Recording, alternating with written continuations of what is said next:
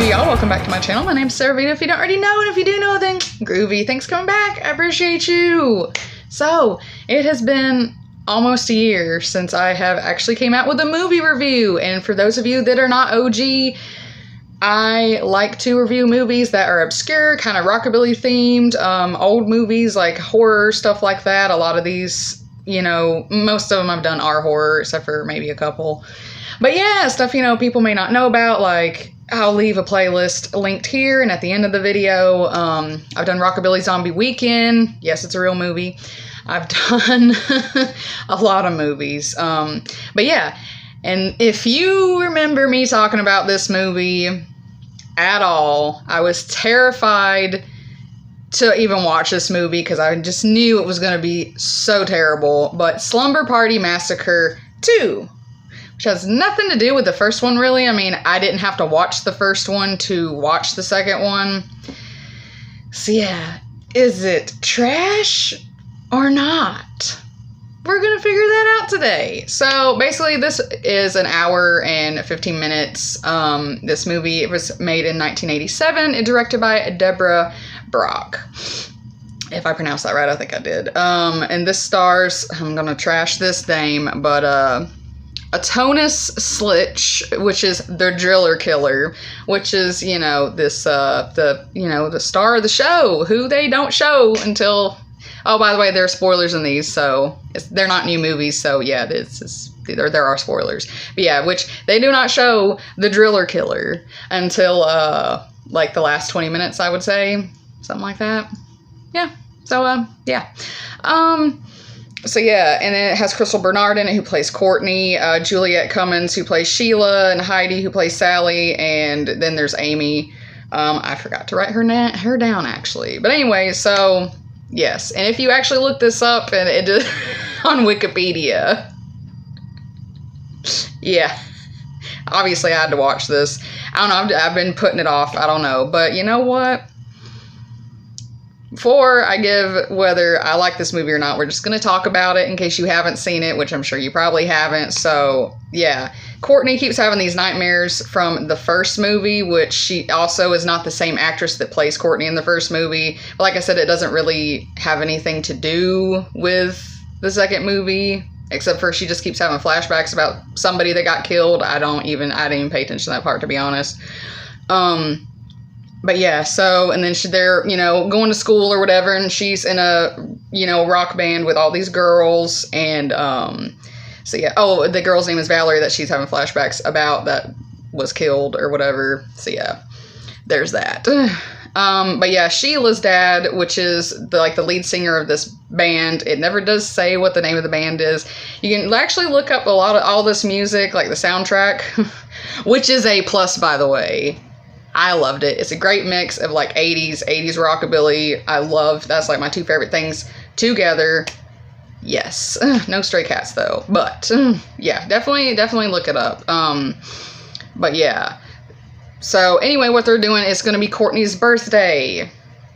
And yeah, Sheila's dad has a condo and they're all wanting to go and get drunk and rehearse and stuff like that and celebrate her birthday, whatever. Well, and they end up watching Rock and Roll High School, and they are, like, jamming out, and you see some boobs, so, you know, we're all good in the neighborhood here. We all love some titties. So, yeah, and they're having a pillow fight, whatever, and the two guys, which are TJ and Jeff, are watching them or whatever. Then they left the back door locked, so here they come, and then they freak out, la la la. Of course, you know, Sheila and TJ pretty much screw the whole night, so. And Courtney keeps having these dreams, and she keeps on, I feel like she's having more visions in a way.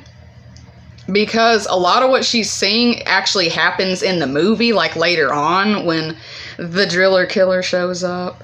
So, I mean, I don't really know. Maybe I should watch the first one. I don't know. This is the only one that was, like, related to rockabilly. So, that's why I'm reviewing this one. But if you want me to review the other ones, then let me know.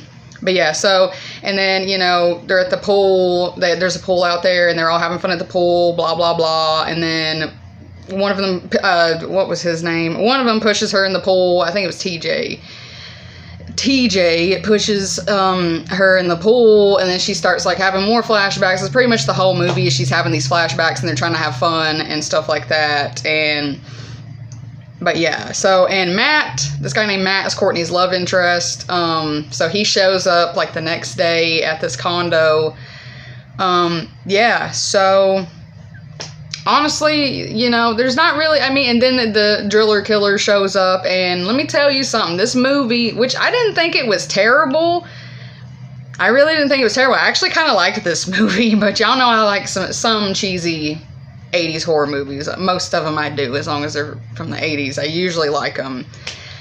But I mean, it's not I liked it better than Frankenhooker, actually. Yeah, or it's kind of, I don't know. I mean, maybe they're kind of tied.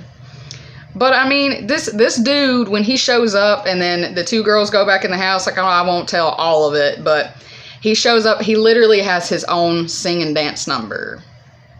I want his whole outfit, like, he good looking. This driller killer with his little drill bit at the end of his guitar that looks like it came out of like Dante's Inferno or something, which is really cool. Yeah.